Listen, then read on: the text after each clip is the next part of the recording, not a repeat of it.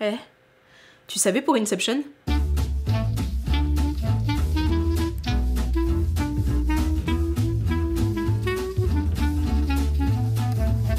Déjà, 100% des spectateurs n'ont rien compris au premier visionnage. Source moi. Mais ne vous inquiétez pas, les anecdotes que je vais vous raconter aujourd'hui retournent beaucoup moins le cerveau.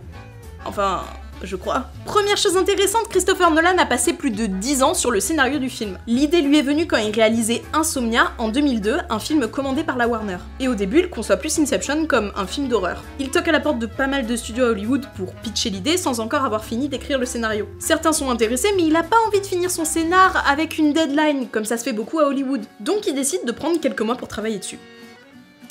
Enfin, quelques années.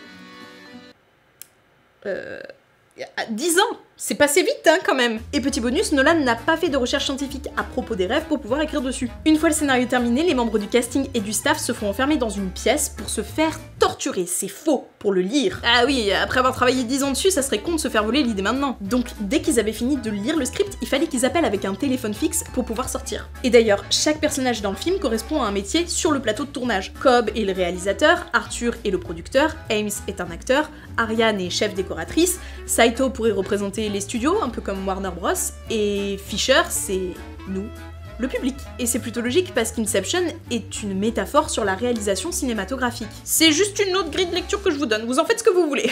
Sans transition, le film a été tourné dans 6 pays différents. Alors oui, la majorité a été tournée à Los Angeles, mais aussi au Japon, au Canada, en Angleterre, au Maroc, et également... en France. Il y a trop de choses à dire. Il y a trop de choses à dire, il y a trop de choses à dire, il y a... trop de choses à dire. Cette anecdote est assez connue, mais l'explosion qui a eu lieu en plein Paris était réelle. En fait, il y a très peu de CGI qui a été rajouté derrière. Mais ce qui est le plus fou, je trouve, c'est qu'Ellen Page et Leonardo DiCaprio étaient bien présents en plein milieu au moment où ça s'est passé. Pour ça, ils ont installé un système de canon à air comprimé pour projeter les débris depuis les différents spots. Et autour des acteurs, vous en doutez, les débris étaient mous. Tout ce qui est assiette, acier, projectiles durs, ça a été rajouté en post-production. Et oui, le roulé-boulet de la voiture est vrai aussi. On reste dans la thématique des trucs qui roulent, si ça vous dérange pas, parce qu'on va parler du train, qui en fait n'en est pas un. En réalité, il s'agit d'un semi-remorque déguisé en train. Ils ont dû construire toute une structure à base d'acier, de contreplaqué et de vrais morceaux de train pour créer une réplique. Et pour que les voitures ne soient pas juste écartées mais réellement impactées par le passage du train, le nez a été fait avec 1,5 tonnes d'acier. Et sur cette même séquence, il y a beaucoup de pluie. J'en ai déjà parlé ici, mais la pluie, au cinéma, encore plus en extérieur, c'est une vraie galère. En général, ces scènes sont tournées 2 jours en studio ou 2 nuits en extérieur. Justement parce que c'est plus simple à éclairer. Mais faire de la pluie avec de la lumière du jour en plein Los Angeles...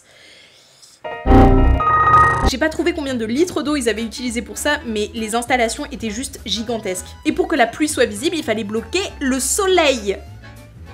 Le soleil, la source lumineuse mondiale. Pour ça, ils ont dû installer des panneaux obscurcissants géants qu'ils changeaient d'orientation en fonction du jour et de l'heure à laquelle ils tournaient. Je sais, ça peut paraître fou, mais c'est ce genre d'attention qui fait qu'on aime le cinéma de Nolan. C'est un réalisateur qui aime cultiver le détail. Par exemple, la chanson d'Edith Piaf, Non je ne regrette rien, qui est utilisée comme signal avant une décharge, dure 2 minutes 28.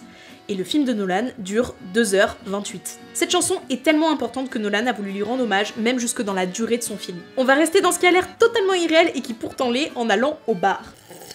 Au moment où le sol penche légèrement, sachez que le sol penche vraiment de 25 degrés. Le décor a été construit sur un plateau orientable et tout le monde se tient assis, sauf que l'équipe technique devait se tenir debout.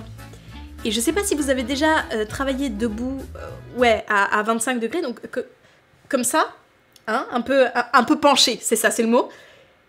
C'est pas agréable. C'est pas agréable du tout. Donc vraiment big up à Jean-Michel Dusson qui a dû en chier des pâquerettes. Vous pensez que c'est une idée de folie? Oui. Mais avez-vous déjà pensé au couloir? La famosa sala.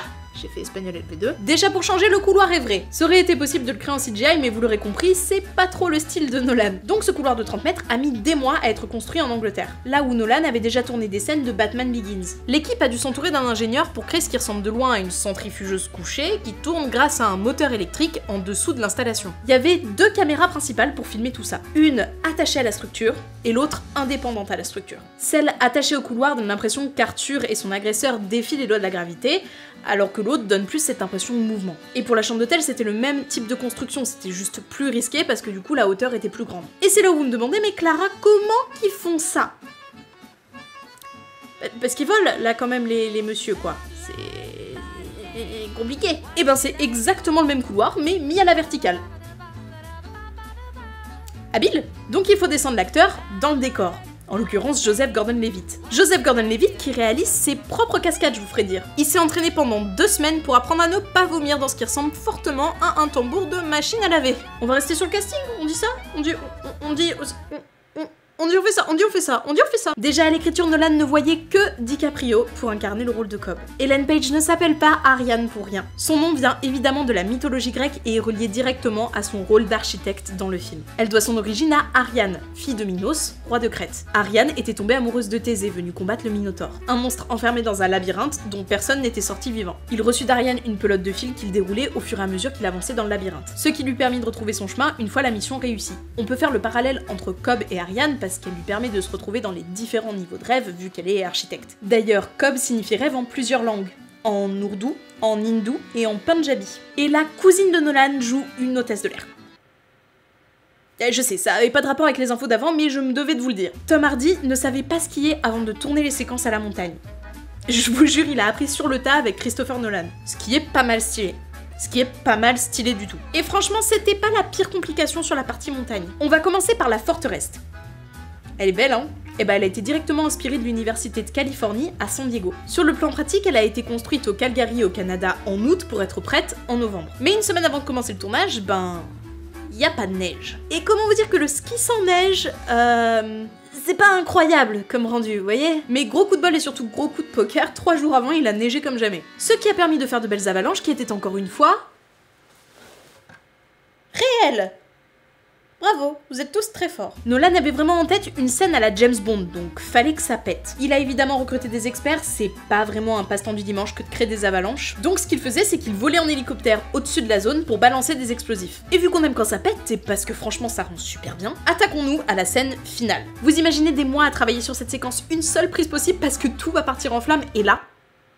bah ça marche pas. Ouais, non mais parce qu'en fait les charges ont pas tout explosé, et du coup, la tour est pas tombée du bon côté, donc rire nerveux. Mais c'est pas grave parce qu'on a la miniature. Enfin, qu'on s'entende miniature, c'est à échelle miniature, c'est pas un jouet pour Polly Pocket. Et là, vous vous dites, bah c'est bon du coup, ça a marché.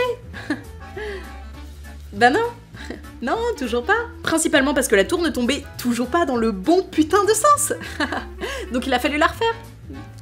Mais bien entendu, hein, la refaire. Refaire le décor, donc également. Voilà. Tout refaire. Trop bien. En même temps, il avait un budget de 160 millions de dollars, donc c'est vrai que ça permet quelques libertés. Mais il faut savoir que Nolan avait fini le film avant la deadline prévue et surtout sans avoir tout dépensé. Très bon élève, franchement, je suis impressionnée. Et voilà, c'est tout ce que j'avais à t'apprendre sur Inception. Abonnez-vous si c'est pas déjà fait, mettez un pouce bleu si cette vidéo vous a plu, n'hésitez pas également à commenter et à me partager sur vos réseaux, ça me fait toujours hyper plaisir de vous voir sur Twitter et sur Instagram, et n'oubliez pas de me mentionner @ClaraRunaway. Prenez soin de vous, buvez beaucoup de thé, et moi je vous dis à bientôt pour une nouvelle question autour de la prod et de la fiction.